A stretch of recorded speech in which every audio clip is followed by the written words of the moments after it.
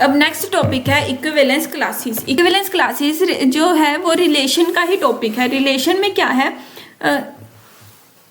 Equivalence classes क्या होती हैं कि इक्विवेलेंस क्लासेस में हमारे पास कोई भी रिलेशन अगर आर है तो उसमें अगर इक्विवेलेंस रिलेशन अगर आर गिवन है, इक्विवेलेंस जो है वो मोस्ट इंपॉर्टेंट पार्ट है यहाँ पे।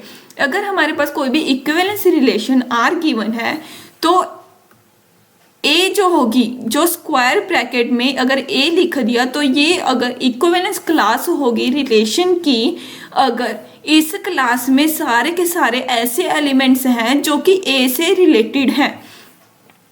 कि अगर मान लो हमारे पास 1 के एलिमेंट्स कितने हैं, 1 2 3 4 5 हैं, तो इसका मतलब क्या है कि 1, 1 2, 1 3, 1 4, 1 एंड 5, 1 सारे के सारे जो हैं वो रिलेशन में प्रेजेंट है, तभी हम बोलेंगे कि 1 की इक्विवेलेंस क्लास क्या है, 1 2 3 4 5। ओके, तो ये हो गई हमारी इक्विवेलेंस क्लास की डेफिनेशन। अब इस क्लास की डेफिनेशन में हम कुछ प्रॉपर्टीज हैं वो देखते हैं कि इसकी प्रॉपर्टीज क्या होती हैं। अगर ए जो है वो एक इक्विवेलेंस क्लास में बिलोंग करता है और ए बी की इक्विवेलेंस क्लास में भी बिलोंग करता है, तो हमारे पास ए की इक्विवेलेंस क्लास और बी की इक्विवेलेंस क्लास दोनों बराबर होंगी। क्यों? क्योंकि देखो ए जो है वो ए में बिलोंग करता है, ठीक है, क्योंकि ए जो है वो रिलेटेड टू ए होगा। ए जो है वो बी में बिलोंग करता है और बी में कौन कौन से एलिमेंट्स होते हैं जो बी को रिलेट करते हैं, मतलब कि A is related to B है। This implies that A comma B is belongs to R. Okay, अब देखो ये जो रिलेशन था वो क्या था, इक्विवेलेंस रिलेशन था। इक्विवेलेंस रिलेशन होने का मतलब क्या है कि बी कोमा ए भी आर को बिलोंग करेगा, क्योंकि वो क्या होगा, साइमेट्रिक रिलेशन होगा। ठीक है, बी कोमा ए अगर आर को बिलोंग करेगा मतलब बी जो है वो रिलेटेड टू ए होगा, मतलब कि बी किस में बिलोंग करेगा, ए की इक्विवेलेंस क्लास में बिलोंग करेगा। तो अगर ए जो है वो ए की इक्विवेलेंस क्लास में बिलोंग करता है और ए अगर बी की इक्विवेलेंस क्लास में भी बिलोंग करता है, तो जो बी है जो इसकी एलिमेंट है वो किस में बिलोंग करेगा, ए की इक्विवेलेंस क्लास में भी बिलोंग करेगा। तो मतलब कि बेसिकली इन दोनों के सारे एलिमेंट्स जो होंगे वो ऑलमोस्ट सेम ही होंगे। अगर हम कुछ डिफरेंट एलिमेंट भी लेके चलें कि सी जो है वो ए में बिलोंग करता है तो C is related to A होगा, ठीक है, ए कोमा सी,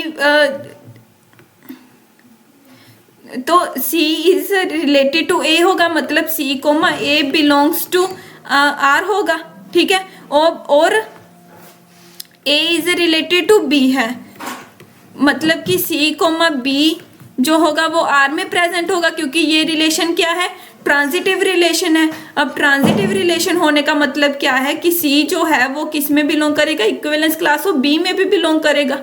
तो इसका मतलब क्या हो गया कि ए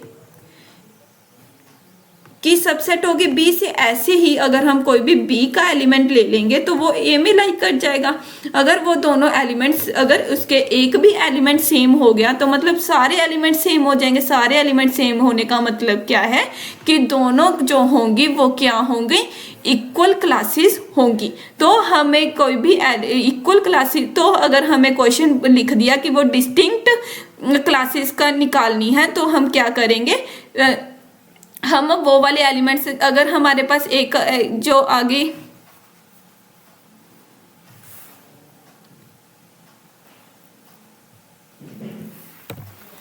अगर हमें क्वेश्चन आ गया कि हमें डिस्टिंक्ट क्लासेस निकालनी है तो हम क्या करेंगे, जो भी एलिमेंट हमारी ए की क्लास में आ गए उन सबको हम छोड़ देंगे और किसी दूसरे एलिमेंट जो कि इसके क्लास में नहीं आया होगा उस एलिमेंट की हम नई क्लास निकालेंगे। ये होती हैं डिस्टिंक्ट इक्विवेलेंट क्लासेस। ओके, अब हमारी नेक्स्ट जो प्रॉपर्टी है वो क्या कहती है, either A intersection B is equal to 5 और A is equal to B, या तो ये एम्प्टी होगी या फिर ये इक्वल होंगी। अब ये भी हम पढ़ चुके हैं। मान लो अगर कोई भी एलिमेंट सी जो है वो ए में लाई करता है, इसमें लाई करता है, तो सी जो होगा वो ए से रिलेटेड होगा, ठीक है, and C is related to B. Okay, अब अगर सी ए से रिलेटेड है मतलब A is related to C and C is related to B. अब ट्रांजिटिविटी प्रॉपर्टी यूज करके हम क्या करेंगे, A is related to B, तो इसका ए एलिमेंट जो हो गया, जो इस सेट का नेम ही था, वो एलिमेंट किस में प्रेजेंट हो गया, बी में प्रेजेंट हो गया। तो इसका मतलब क्या है कि वो दोनों क्लासेस जो है वो क्या है, इक्वल। ये हमने दे दिया कि find the equivalence classes of R is equal to this. तो सबसे पहले इक्विवेलेंस क्लासेस को डिफाइन करने के लिए हमें क्या चाहिए कि ये इक्विवेलेंस रिलेशन होना चाहिए। इक्विवेलेंस रिलेशन फाइंड करने के लिए हम क्या करेंगे, इसको 3 प्रॉपर्टीज सेटिस्फाई करवाएंगे, a reflexive, symmetric and transitive, ठीक है। उसको करने से पहले हम पहले देखते हैं कि ये वाली जो टर्म है ये है क्या, A is congruent to B mod 4 है क्या। तो इसका मतलब ये होता है कि अगर हम A को 4 से डिवाइड करते हैं तो हमारे पास जो रिमाइंडर है वो क्या है, B आए। कि अगर हम A को लिखते हैं B प्लस 4K, जैसे हम अगर A को 4 से डिवाइड करते हैं और रिमाइंडर हमारे पास B आता है, ठीक है, और हमारे पास ठीक है, तो हम इसको क्वोशिएंट डिवाइजर थ्योरम लगा के हम क्या करते हैं कि हम A को क्या लिख सकते हैं, 4 इंटू K प्लस B लिख सकते हैं, और हम इसको नंबर थ्योरी में क्या करते हैं, इसको लिख देते हैं A is congruent to B mod 4, ठीक है। तो ये होता है हमारा इक्विवेलेंस क्लास, ये होता है हमारा मॉड्यूलस, ठीक है। अब इसको हमने लिख दिया, अब हमें देखना है कि क्या A से रिलेटेड है या नहीं है। ओके, तो हम यहाँ पे K जो होता है वो इंटीजर होता है, तो अब हम देखते हैं कि A को हम क्या लिख सकते हैं, A प्लस 4 इंटू 0, ठीक है। A को 0 से ऐड करेंगे तो हमारे पास A ही आएगा, तो मतलब कि A is related to A है। Then this implies that this relation is reflexive relation. Okay, symmetric proof करने के लिए क्या किया, A is related to B ले लिया, let A is related to B। तो इसका मतलब क्या है कि A को हम क्या लिख सकते हैं, B प्लस 4K लिख सकते हैं, क्योंकि A is congruent to B mod 4 है। ओके, तो हम इसमें B को क्या लिख सकते हैं, A माइनस 4K। ओके, अब K भी इंटीजर था, माइनस K भी इंटीजर है, तो हम माइनस K को कुछ और B लिख सकते हैं, तो हम इसको क्या लिख देंगे, B is equal to A plus 4P। Okay, this implies that B is related to A। Okay, so A is related to B and B is related to A, then this is a symmetric relation। तो ये symmetric भी हो गया। अब हमने क्या prove करना है, ट्रांजिटिव। ट्रांजिटिव के लिए हम क्या ले लेंगे, late A is related to B and B is related to C।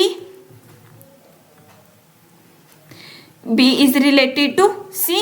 Okay, तो इसका मतलब क्या हो जाएगा कि A is equal to some 4K plus B and B is equal to some C plus 4P। Okay, for some K integer K and P, then A की value क्या आ जाएगी,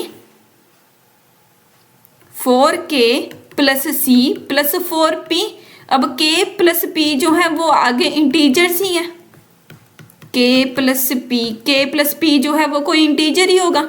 it means that A is related to C also, so this is a transitive relation also, ठीक है। तो अब हमने ये प्रूफ कर दिया कि ये जो है वो क्या है, इक्विवेलेंस रिलेशन है। अब हम फाइंड करते हैं इसकी इक्विवेलेंट क्लासेस।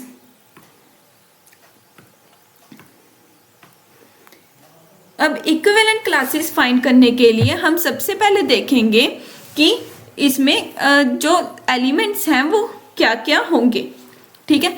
आर में अगर हमारे पास A, B जो है वो रिलेटेड हैं, तो सबसे पहले हम देखेंगे कि उसमें सबसे पहला एलिमेंट हम ले लेते हैं 0, ठीक है, 0, क्योंकि 0 का हम क्या ले सकते हैं, 0 प्लस 4 इंटू 0, तो 0 जो है 0,0 जो है वो R को R में लाई करेगा, तो इसका मतलब क्या है कि ये इक्विवेलेंट क्लासेस का एलिमेंट होगा। तो हम सबसे पहले ले लेते हैं कोई भी एक 0 एलिमेंट ले लेते हैं। जो बेसिक हम स्टार्ट करते हैं वो 0 से स्टार्ट कर लेते हैं, क्योंकि यहाँ पे जो हमारा सेट है वो क्या है, इंटीजर्स का सेट है। ओके, तो हमने सबसे पहले इसको 0 ले लिया, तो 0 की सबसे पहले क्लास देखते हैं कि 0, ठीक है। 0 की क्लास क्या होगी, 0 की क्लास क्या होगी कि कोई भी एलिमेंट x, ऐसा एलिमेंट जो कि 0 से रिलेटेड होगा। हमने इक्विवेलेंस क्लास की डेफिनेशन यूज कर ली। अब इक्विवेलेंट क्लास की डेफिनेशन में हम आगे x इज रिलेटेड टू 0 का मतलब क्या है, a is related to b का मतलब क्या है कि a is congruent to b mod 4 है। ओके, तो x इज रिलेटेड टू 0 का मतलब क्या है कि x is congruent to 0 mod 4 है। ओके, अब x is congruent to 0 mod 4 का मतलब क्या है कि x जो है वो क्या है, सम 4k है। ओके, 4k का मतलब क्या है कि x जो है वो मल्टीपल ऑफ 4 है। मल्टीपल ऑफ 4 होने का मतलब क्या है कि x जो हो सकता है वो क्या हो सकता है, 0, 4, -4, 8, -8, 12, -12 एंड सो ऑन। ठीक है, तो ये हो गई इक्विवेलेंस क्लासेस ऑफ 0। अब इसमें कौन कौन से एलिमेंट आ गए, 0 आ गया, 4 आ गया, -4 आ गया, 1 नहीं आया ना। अब हम निकालते हैं 1 की इक्विवेलेंट क्लास। 1 की इक्विवेलेंट क्लास क्या होगी, x such that x is related to 1।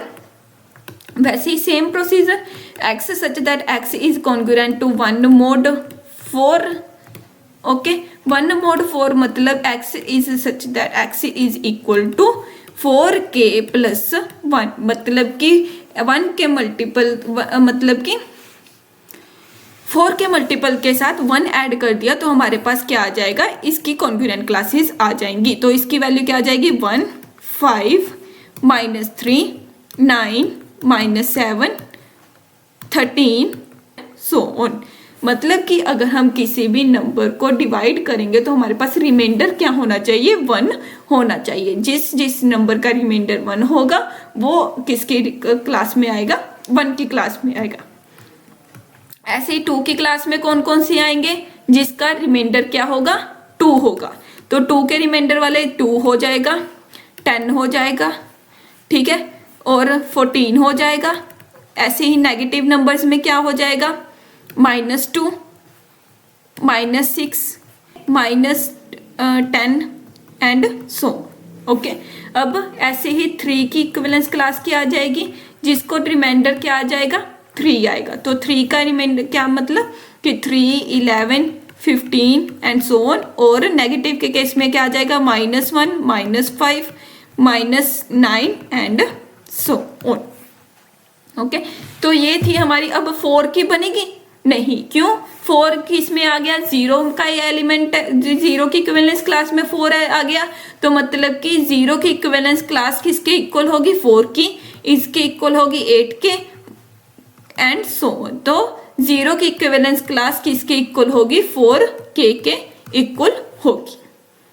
तो इसमें हमारे पास सीधा सा रिजल्ट ये भी बनता है कि अगर हमारे पास क्वोशंट रिमाइंडर वाला जो इक्विवेलेंस क्लास है वो गिवन है, तो उसके इक्विवेलेंस क्लासेस क्या बनेगी, जितने भी उसके रिमाइंडर पॉसिबल हैं। अगर किसी नंबर को 5 से डिवाइड किया तो कितने रिमाइंडर पॉसिबल है, 0, 1, 2, 3, 4, ठीक है। तो उसकी क्लासेस कितनी बनेगी, 5 क्लासेस बनेगी। यहाँ पे 4 से डिवाइड किया था तो उसके कितने पॉसिबल थे, 0, 1, 2, 3, मतलब कि 4 क्लासेस। 2 से डिवाइड करेंगे तो सिर्फ 0 और 1 पॉसिबल है, 3 से डिवाइड करेंगे तो 0, 1, 2 पॉसिबल है। तो रिमाइंडर वाले केसेस में इक्विवेलेंस क्लासेस ये सिंपल क्लासेस ही बनेगी, रिमाइंडर वाली क्लासेस। अब नेक्स्ट टॉपिक क्या है हमारे पास, पार्टीशन ऑफ सेट्स।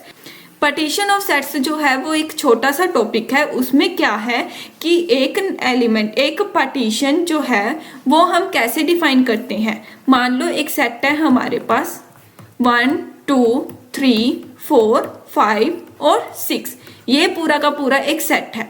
तो इसकी पार्टीशन क्या होगी? इसकी पार्टीशन में मैंने डिफाइन कर दी, A1 ले ली 1, A2 ले ली 2 3, ठीक है, A3 ले ली 4 5 6। तो इसके पार्टीशन की कंडीशंस क्या होंगी कि जो पार्टीशन के सेट्स हमने डिफाइन किए हुए हैं, मतलब A1 A2 A3 जो है वो डिफाइन किए हुए हैं, उन सब की यूनियन जो है वो क्या बने? A ही बने। मतलब कि अगर हम A1 A2 A3 को अगर यूनियन करें, इन तीनों की अगर यूनियन करें तो हमारे पास क्या बने? A ही बने।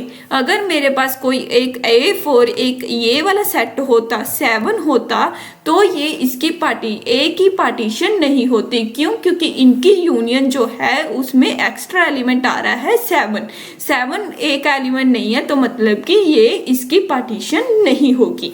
ओके, अब नेक्स्ट जो कंडीशन है वो क्या है कि ये जो सारे सेट्स हैं वो आपस में डिसजॉइंट होने चाहिए। A1 intersection A2, A2 intersection A3, ये सारे सेट्स जो हैं वो एम्प्टी होने चाहिए।